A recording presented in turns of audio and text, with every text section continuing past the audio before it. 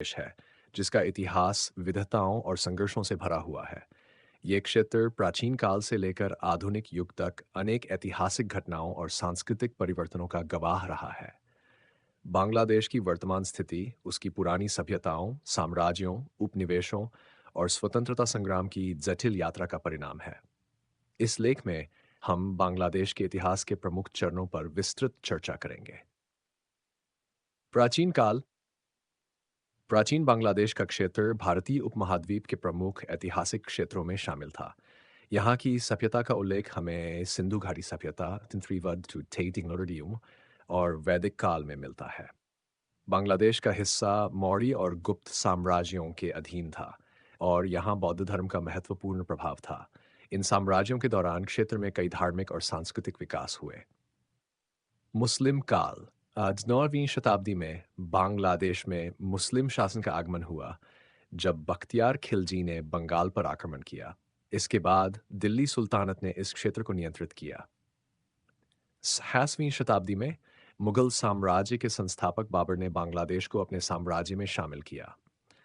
मुगल साम्राज्य के दौरान बांग्लादेश में संस्कृति, कला और वास्तुकला में उल्लेखनीय प्रगति हुई। इस समय के प्रमुख शासकों में अकबर, शाहजहां और औरंगजेब शामिल हैं। मुगल काल के दौरान बांग्लादेश एक महत्वपूर्ण व्यापारिक और सांस्कृतिक केंद्र था। ब्रिटिश उपनिवेश 1757 में प्लासी की लड़ाई के बाद ब्रिटिश ईस्ट इंडिया कंपनी ने बंगाल पर नियंत्रण स्थापित किया। इस जीत के बाद ब्रिटिश शासन ने धीरे धीरे पूरे भारतीय उपमहाद्वीप पर अपना प्रभुत्व बढ़ाया। ईस्वी 58 में ब्रिटिश राज की स्थापना हुई और बांग्लादेश ब्रिटिश भारत का हिस्सा बन गया। ब्रिटिश शासन के दौरान क्षेत्र में कई सामाजिक, आर्थिक और राजनीतिक परिवर्तन हुए। औद्योगिकीकरण, रेल नेटवर्क का विकास और प्रशासनिक सुधार किए गए, लेकिन इन सुधारों के साथ साथ बांग्लादेश में सामाजिक और आर्थिक असमानताएं भी बढ़ीं। इस काल में बांग्लादेश में शैक्षिक सुधार, प्रेस की स्वतंत्रता और स्वतंत्रता आंदोलन की शुरुआत हुई। पाकिस्तान का हिस्सा में भारत की स्वतंत्रता के साथ बंगाल का विभाजन हुआ और पूर्वी बंगाल पाकिस्तान के पूर्वी हिस्से के रूप में उभरा, जिसे अब बांग्लादेश के रूप में जाना जाता है।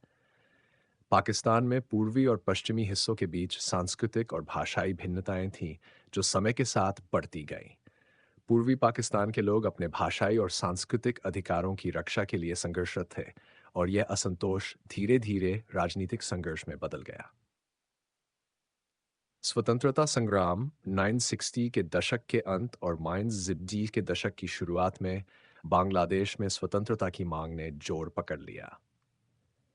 1970 के आम चुनावों में पूर्वी पाकिस्तान ने अधिकांश सीटें जीत ली, लेकिन पश्चिमी पाकिस्तान ने सत्ता सौंपने से इनकार कर दिया। इसके परिणामस्वरूप 7 मार्च 1970 को शेख मुजीबुर रहमान ने अपने ऐतिहासिक भाषण में स्वतंत्रता की घोषणा की। 5 मार्च 1970 को पाकिस्तानी सेना ने पूर्वी पाकिस्तान में बड़े पैमाने पर आक्रमण किया, जिसे बांग्लादेश की स्वतंत्रता संग्राम के रूप में जाना जाता है। इस संघर्ष में लाखों लोग मारे गए और लाखों लोग विस्थापित हुए। अंततः 22 दिसंबर 1970 को भारत के समर्थन से बांग्लादेश ने पाकिस्तान से स्वतंत्रता प्राप्त की और एक स्वतंत्र राष्ट्र के रूप में मान्यता प्राप्त की। स्वतंत्र बांग्लादेश का विकास। स्वतंत्रता के बाद बांग्लादेश ने अपने राजनीतिक, आर्थिक और सामाजिक ढांचे को पुनर्निर्मित किया। पहले दशक में देश को गंभीर आर्थिक और सामाजिक समस्याओं का सामना करना पड़ा। युद्ध के बाद की पुनर्निर्माण प्रक्रिया, घातक तूफानों और राजनीतिक अस्थिरता ने बांग्लादेश की कठिनाइयों को बढ़ाया। लेकिन धीरे धीरे बांग्लादेश ने कई क्षेत्रों में प्रगति की।